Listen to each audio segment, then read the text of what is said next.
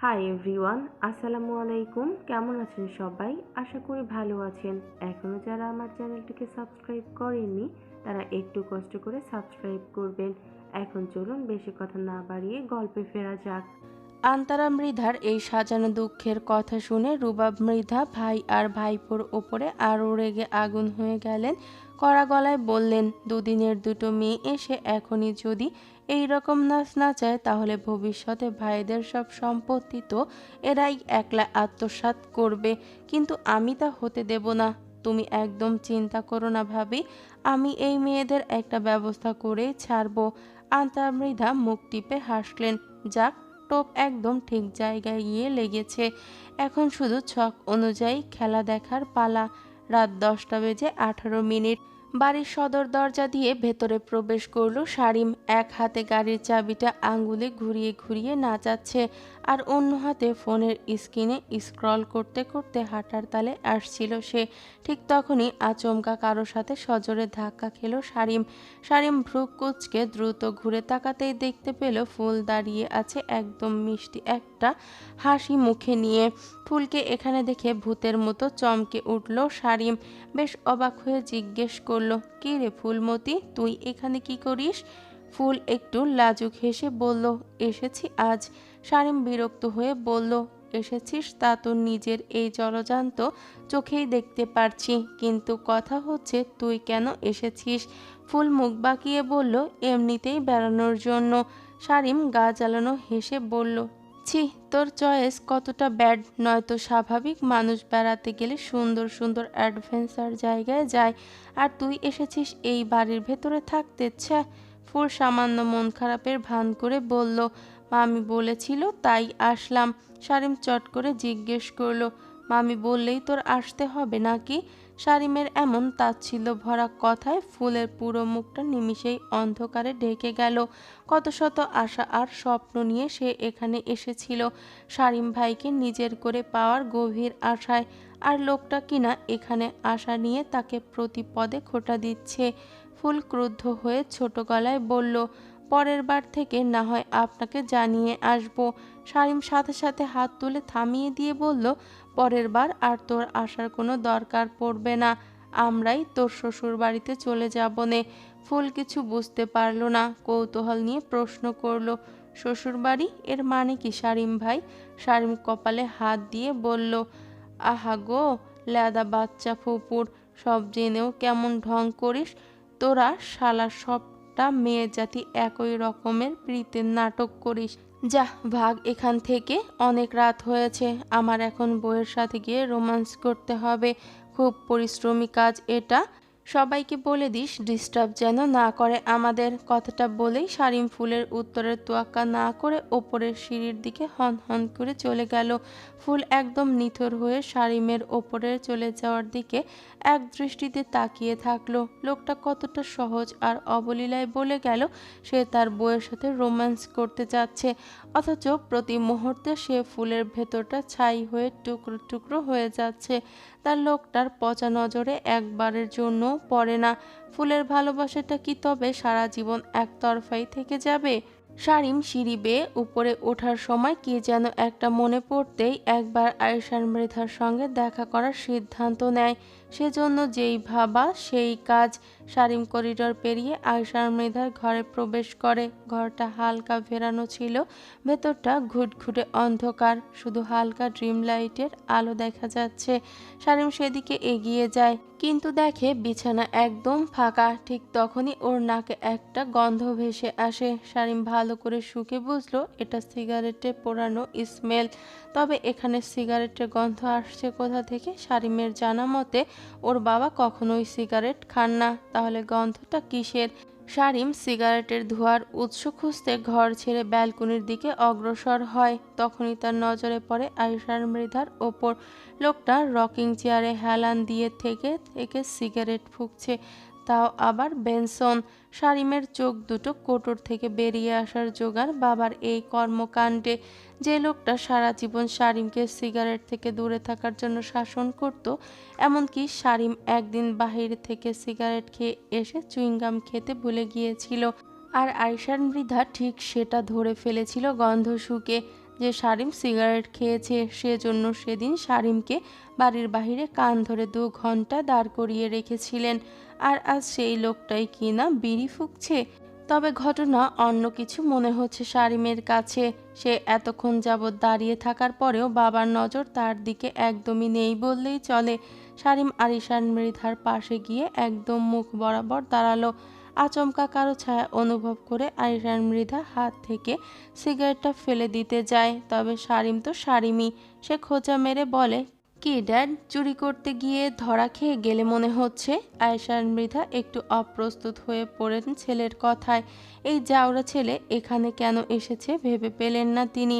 এমনিতেও একজনের জ্বালায় বাঁচে না, এখন আরেকটা এসেছে তার কার্বন কপি। কি এক মহাজ্বালা ওনার। এখন নিজের ঘরে বসে শান্তিতে থাকাও দায় হয়ে গেছে দেখা যায়। শারিম বাবার নিশ্চুপতা দেখে বলে ওঠে, সিগারেট খাওয়া কিন্তু ভালো লক্ষণ বলে মনে হচ্ছে না। ছ্যাঁকা টেকা খেলে নাকি আবার? আয়েশার মৃধা চরম বিরক্তি নিয়ে বললেন, সমস্যা কি তোমার শারিম? সারাদিন আমার পিছু না লাগলে তোমার পেটের ভাত হজম হয় না? আরে বাহ, তুমি তো দেখি একদম এক্সাক্ট কথা বলে ফেললে। একদম ঠিক ধরেছ। তোমাকে না জ্বালালে আমার ভাত কেন আরও অন্য কিছু হজম হয় না। আয়েশান মৃধা রেগে বললেন, শারিম এখান থেকে যাও প্লিজ, আমার মাথা খেও না আর। আমি একটু একা থাকতে চাই।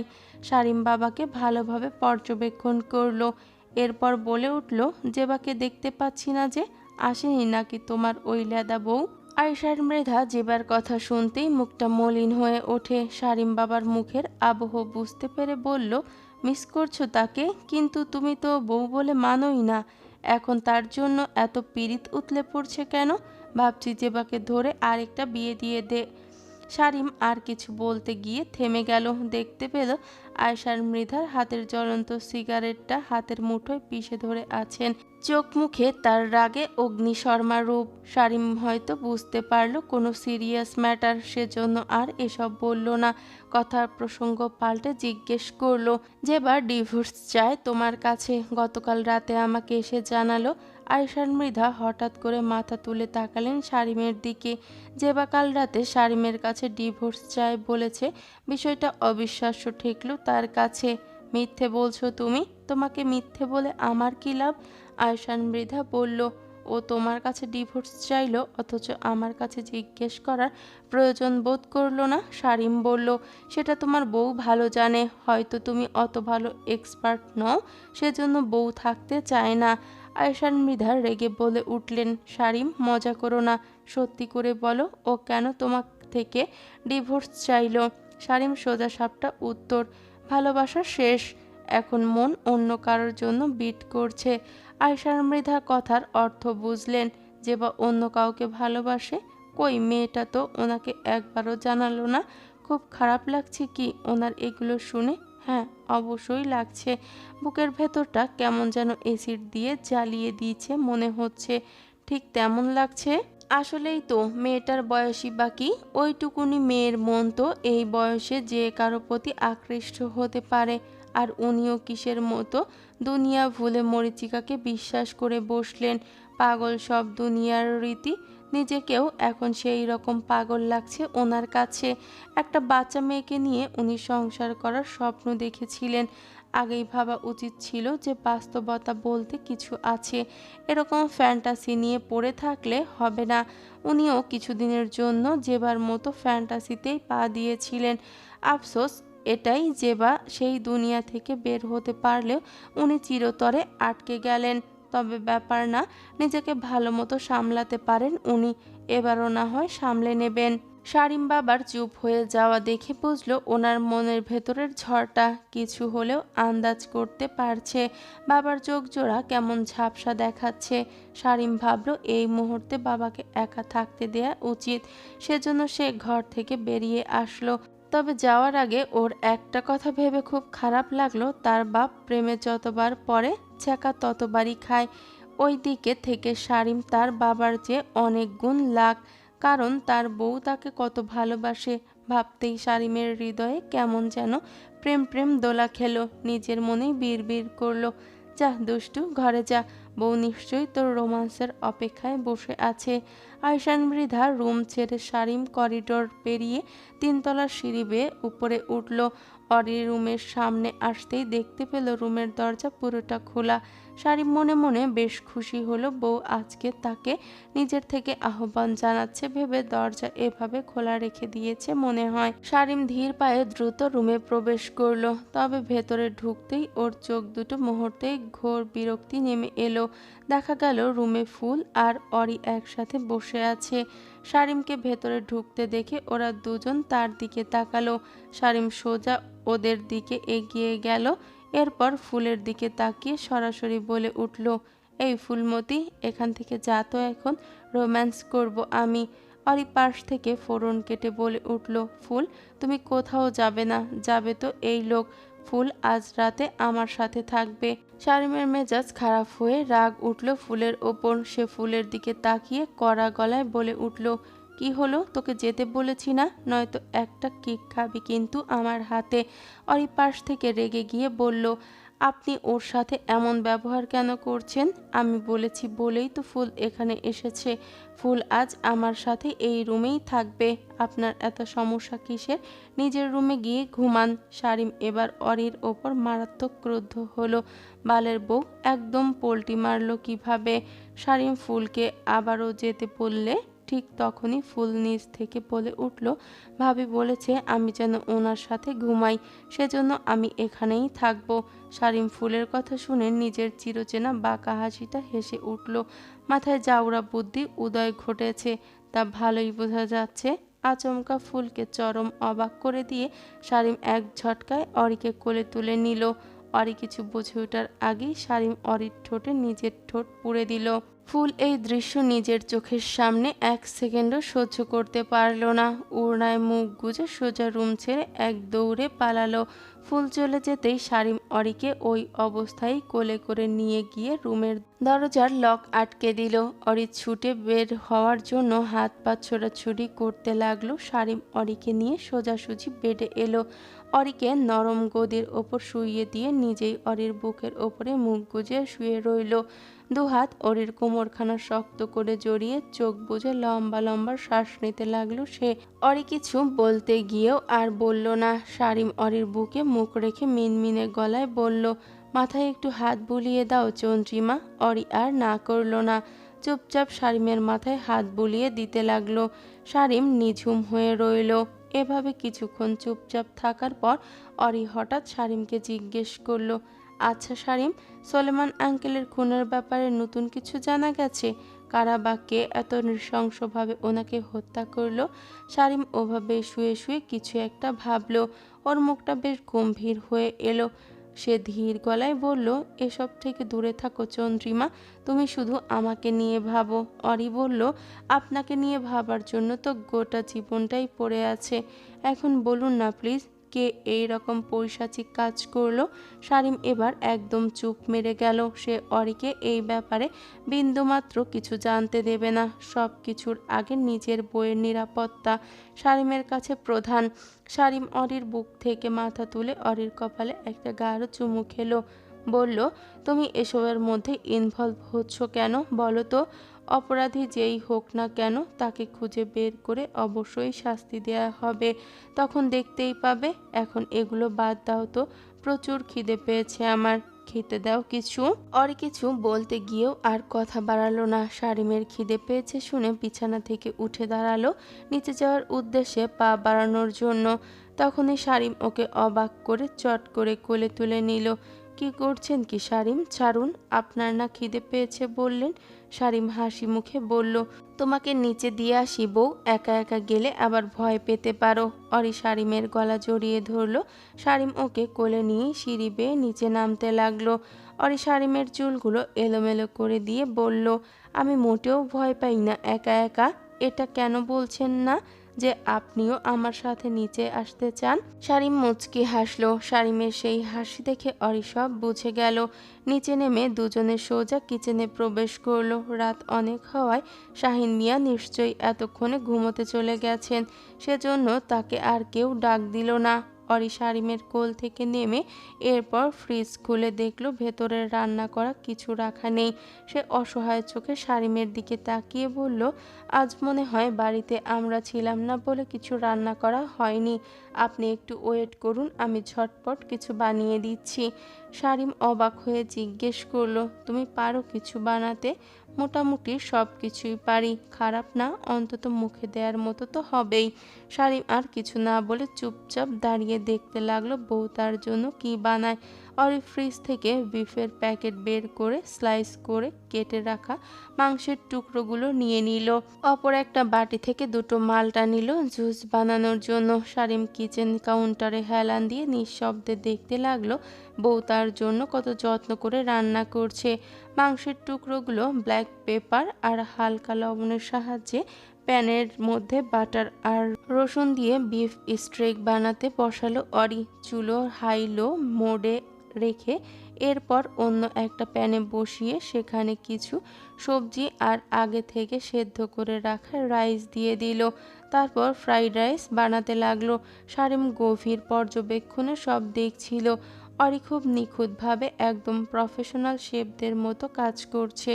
সব কিছু তৈরি হয়ে গেলে চুলা অফ করে অরি ব্লেন্ডার জারে মালটাগুলো সুন্দরভাবে কেটে খোসা ফেলে আইস দিয়ে পুদিনা পাতা, চিনি ও লবণের সাহায্যে ব্লেন্ড করে জুস বানিয়ে একটা কাচের গ্লাসে ঢাললো।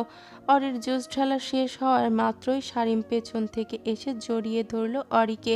কিছু বুঝে ওঠার আগেই এক ঝটকায় কোলে তুলে রান্নাঘরের কাউন্টারের মাঝে বসিয়ে দিল।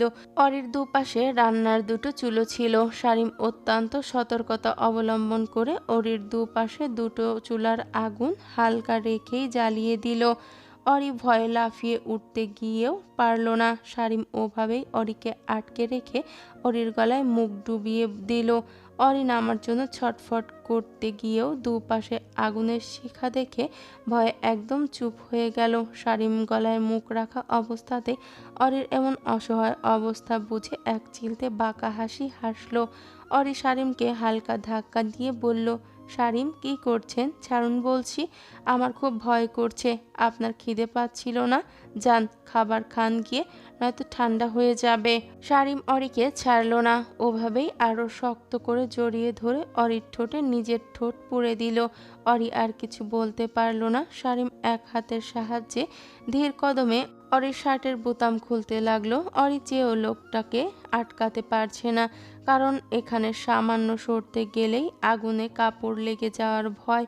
আস্তে আস্তে শারিম অরির ঠোঁট ছেড়ে বুকের দিকে নেমে এলো। এরপর নিজের সমস্ত রিফ্রেশমেন্টের ঠিকানা খুঁজতে লাগলো অরির উষ্ণতায়।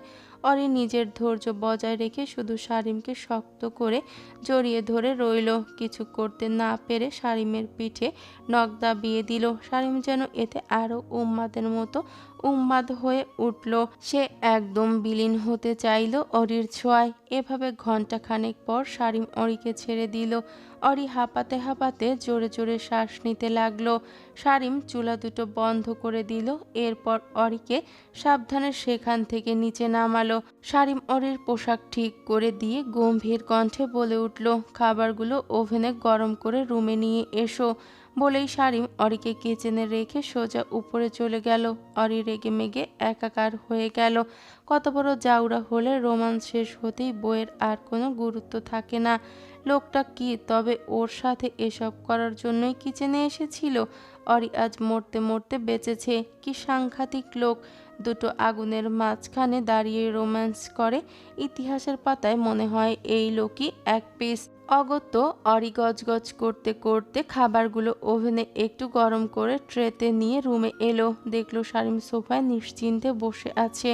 অরি টি টেবিলের ওপরে খাবারগুলো রাখলো। এরপর ঘুরে বিছানায় ঘুমোতে যাওয়ার আগেই শারিম উঠে এসে শক্ত করে অরির হাত ধরে ফেললো। অরি হাত ছাড়ানোর চেষ্টা করার আগে শারিম ওকে নিজের কোলে বসিয়ে দুদিক থেকে লক করে নিল। অরি এবার বেশ মেজাজ দেখিয়েই বলল, সমস্যা কি আপনার? ঘুমোতে যাব, ছাড়ুন আমাকে। শারিম ছাড়ল না। অরিকে আরও নিবিড়ভাবে জড়িয়ে ধরে বলল, খাইয়ে দাও। অরি বলল, কেন? আপনার হাত নেই? নিজে হাতে খান। শারিম বাঁকা হেসে বলল, বউ থাকতে এই হাতগুলো এখন ইউজ করতে চাচ্ছি না। তুমি খাবে নাকি আর একটু আগে কিচেনে যেগুলো হলো সেগুলো শুরু করব? আর কিছু বলার আগেই অরি তড়িঘড়ি করে শারিমের মুখের ভেতরে চামচ দিয়ে খাবার পুরে দিল। বলল, খান, তবুও আর একটাও অসভ্য কথা মুখ দিয়ে বের করবেন না। শারিম মনে মনে হাসলো আর জ্বালাতন না করে চুপচাপ অরির হাতে খাবারগুলো খেতে লাগলো। খাওয়া শেষ হতেই অরি শারিমকে শুতে বলে খালি প্লেটগুলো নিয়ে কিচেনে রেখে এলো। এরপর রুমে ফিরে দেখে শারিম বিছানায় শুয়ে শুয়ে ফোনে মনোযোগ দিয়ে ক্যান্ডি ক্রাশ গেম খেলছে। অরি দেয়াল ঘড়ির দিকে তাকালো। রাত প্রায় 1টা বাজে। সে দরজা লক করে লাইট অফ করলো।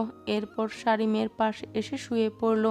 শারিম কিছু বুঝে ওঠার আগেই অরি ওর হাত থেকে ফোনটা ছো মেরে ছিনিয়ে নিয়ে অফ করে বালিশের পাশে রেখে দিল। বউ, দাও প্লিজ, আর অল্প কয়েকটা ক্যান্ডি ফাটানো বাকি আছে। অরি কঠোর গলায় বলল, আর একটাও না, চুপচাপ ঘুমান বলছি। অগত্যা শারিম অরির হুকুম মেনে নিল। সে অরির বুকে মুখ গুজে জড়িয়ে শুয়ে পড়ল। অরি শারিমের চুলে আলতো করে হাত বোলাতে বোলাতে চোখ দুটো বুঝলো। ভোরের দিকে শাহিন মিয়া আরিশান মৃধাকে ডাকতে এলেন জগিংয়ে যাওয়ার জন্য। সাধারণত যদিও আরিশান মৃধাকে কোনোদিন ডাকতে হয় না, তিনি নিজেই আগেভাগে উঠে যান। তবে আজ অনেক বেলা হয়ে যাচ্ছে দেখে শাহিন মিয়া বাধ্য হয়ে ওনার ঘরের দিকে এলেন। আয়শার মৃধার রুমের সামনে এসে শাহিন মিয়া দেখতে পেলেন ঘরটির দরজা সামান্য আধ খোলা হয়ে আছে, ঠিক যেমনটা কাল রাতে শারিম রেখে গিয়েছিল। শাহিন মিয়া দরজায় আলতো করে নক করলেন। স্যার, আসবো? ভেতর থেকে কোনো সাড়া শব্দ এলো না। সেজন্য তিনি আবার নক করলেন। এবারও ঘর একদম নিস্তব্ধ। এভাবে কিছুক্ষণ ডাকার পর শাহিন মিয়া বেশ চিন্তিত হয়ে পড়লেন। আয়শার মৃধাকে তো কখনোই এভাবে বারবার ডাকতে হতো না। একবার নক করলেই তিনি সাথে সাথে রেসপন্স করতেন। এখন কি হলো আবার? দরজা প্রথম থেকেই খোলা ছিল, সেজন্য শাহিন মিয়ার মনে কিছুটা সন্দেহ দানা বাঁধল। তিনি ভাবলেন হয়তো আয়শার মৃধা ঘরে নাও থাকতে পারেন, তাই একবার ভেতরে চেক করতে গেলেন। ভেতরে প্রবেশ করে রুমে কাউকে দেখতে পেলেন না, তাই তিনি চলে যাওয়ার জন্য পা বাড়ালেন। ঠিক তখনই ওনার কানে একটা কিছু নিচে পড়ে যাওয়ার শব্দ এলো। তিনি চকিত নয়নে সেদিকে তাকালেন। শব্দটা বেলকুনি থেকে আসছে। শাহিন মিয়া ধীর পায়ে বেলকুনির দিকে এগিয়ে গেলেন। গিয়ে দেখতে পেলেন আরিশান মৃধা রকিং চেয়ারে হেলান দিয়ে বসে আছেন। তিনি ওনাকে ডাকার জন্য একদম কাছে এগিয়ে গেলেন। কাছে গিয়ে দেখেন আরিশান মৃধার চোখ দুটো শক্ত করে বন্ধ। শাহিন মিয়া ডেকে উঠলেন, স্যার, আপনার জগিংয়ের সময় হয়েছে তো? কিন্তু আয়শান মৃধার বিন্দু মাত্র কোনো সাড়া দিলেন না। এবার শাহিন মিয়া কিছুটা সাহস সঞ্চয় করে ওনার কাঁধে ধরে মৃদু ধাক্কা দিলেন, আর সাথে সাথে আয়শান মৃধার মাথাটা একপাশে ঢলে পড়ে গেল। শাহিন মিয়া আতঙ্কে চিৎকার দিয়ে খপ করে ওনার ঢলে পড়া মাথাটা ধরে ফেললেন।